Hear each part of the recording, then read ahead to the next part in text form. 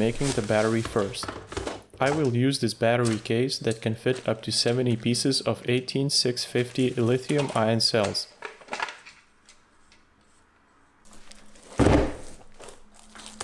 These are MH1 battery cells by LG with a capacity of 3100 mAh at a maximum continuous discharge current of 6 amps.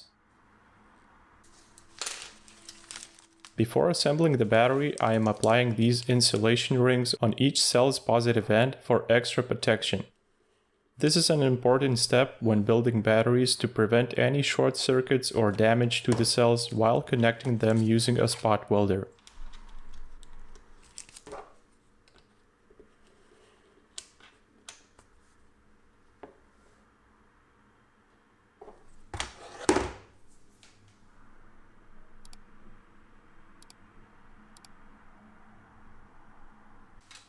For this e-bike, I am making a 14S 5P battery, which means 14 groups of cells are connected in series, each group consisting of 5 cells connected in parallel.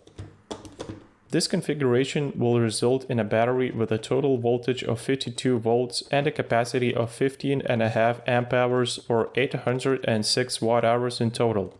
So in theory, this battery will be able to provide 800 watts of power for roughly an hour. For monitoring the voltage of each group of cells, I am using the Smart BMS board with Bluetooth connectivity. It has 2 temperature sensors that connect to the board. I will glue one sensor in the middle of the battery pack using temperature conductive glue. This fiberglass sleeve will ensure that the cable running inside the battery won't cause any shorts between the cell groups. A piece of Kapton tape will hold the sensor in place until the glue dries.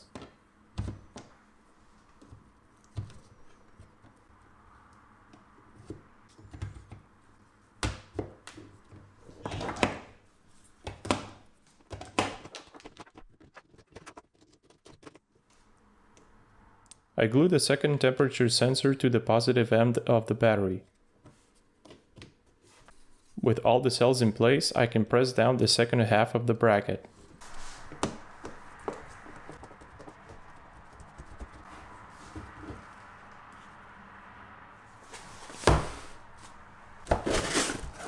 To weld the cells together, I'm using this secure spot welder. It is a good quality spot welder that I have used on my previous builds with great results.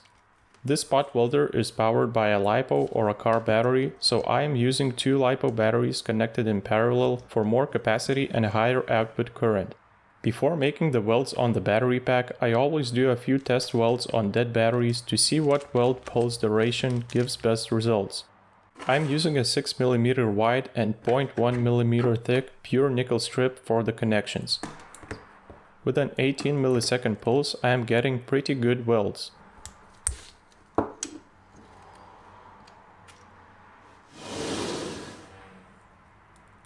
Using scissors, I cut up the nickel strip into the right size pieces and start the spot welding of each group of cells in parallel.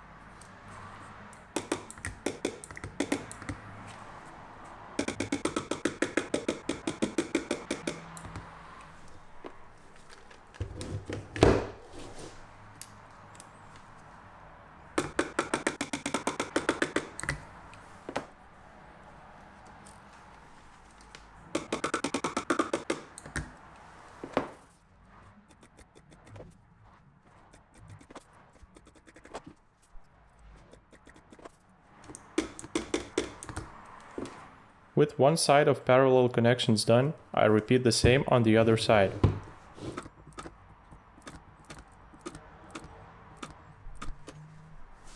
With the parallel connections done on both sides, I move to welding the series connections starting from the negative side of the battery and moving my way up to the positive side. Once you start welding the series connections, it is really important to take extra precautions to avoid shorting the cells. Here I am applying a piece of Kapton tape across the welded part of the battery. I repeat the step of insulating the cells that are connected in series and move my way up to the positive side of the battery.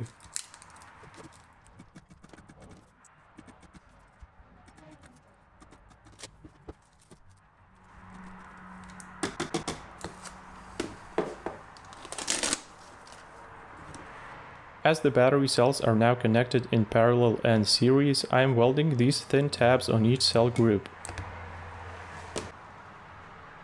There will be 15 tabs in total, 14 tabs from the parallel groups and one as a positive connection from the battery.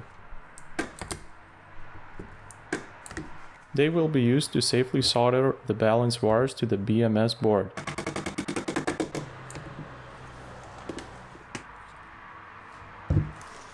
A strip of adhesive insulating paper is placed on top of the cells.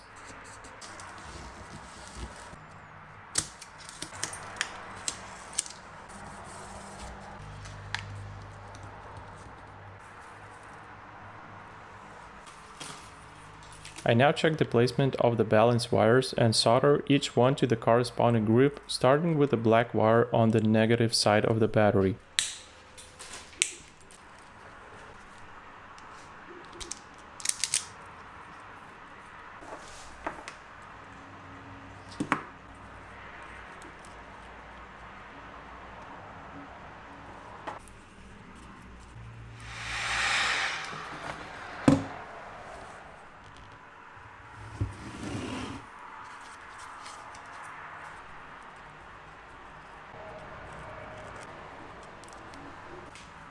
Because this BMS board is made to connect up to 22 groups of cells in series, I need to modify one connector accordingly for my battery.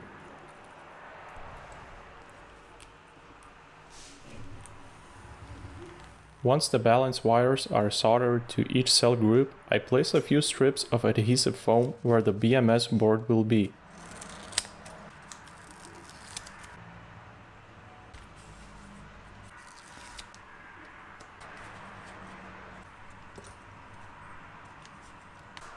First, the B- cable on the BMS needs to be connected to the negative side of the battery.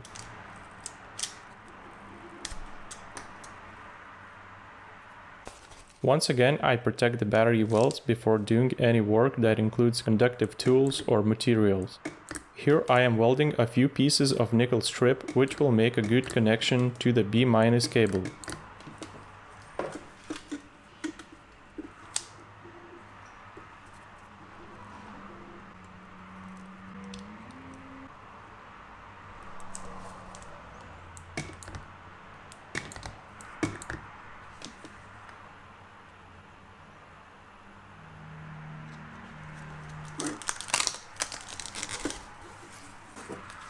I can now apply the insulating paper on both sides of the battery.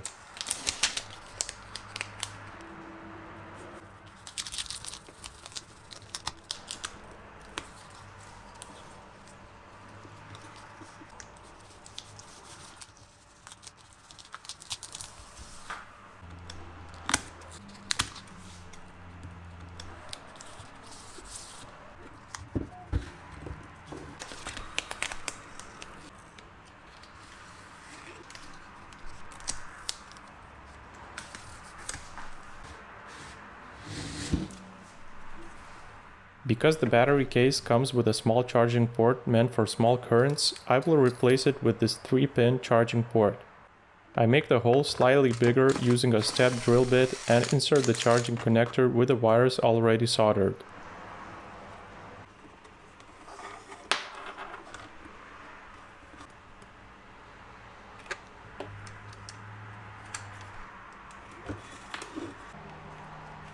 I insert the switch, which will be connected to the BMS board later, and insulate the contacts with a bit of liquid tape.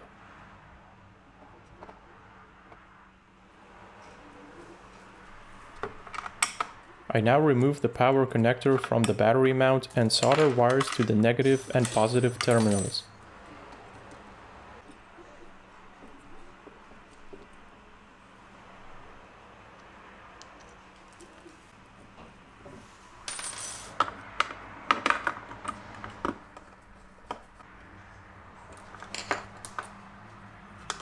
I also soldered the charging port and the battery capacity indicator wires to the battery power terminals.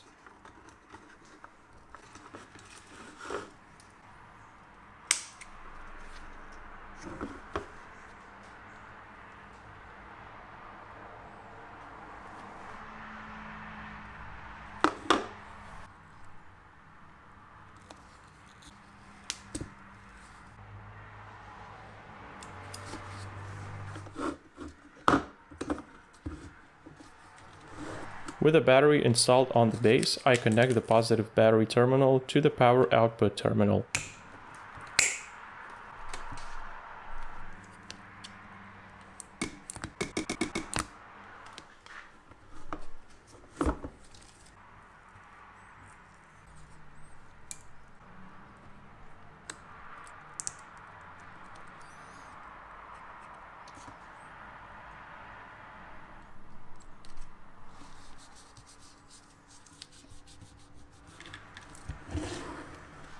I now connect the C- cable of the BMS to the output terminal. This cable also connects to the negative pole of the charging input.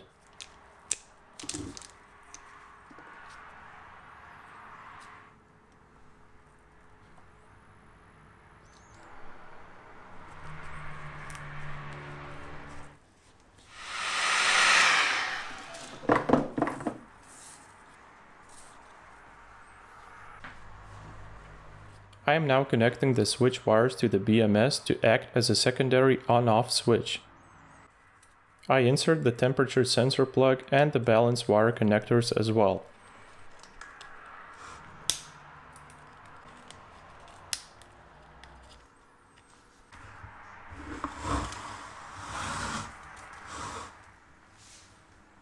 Using this app, I can now connect to the BMS board and monitor the voltage of each cell group, temperature of the BMS and inside the battery, turn the battery on and off remotely, see the estimated charging time, and configure many of the parameters available.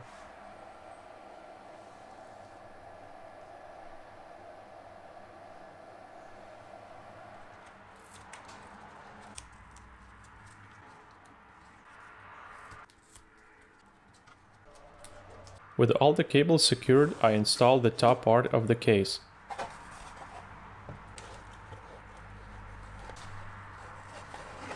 Because the BMS board is slightly thicker, I heat the top of the case with a heat gun until the plastic is soft enough to conform to the shape of the BMS.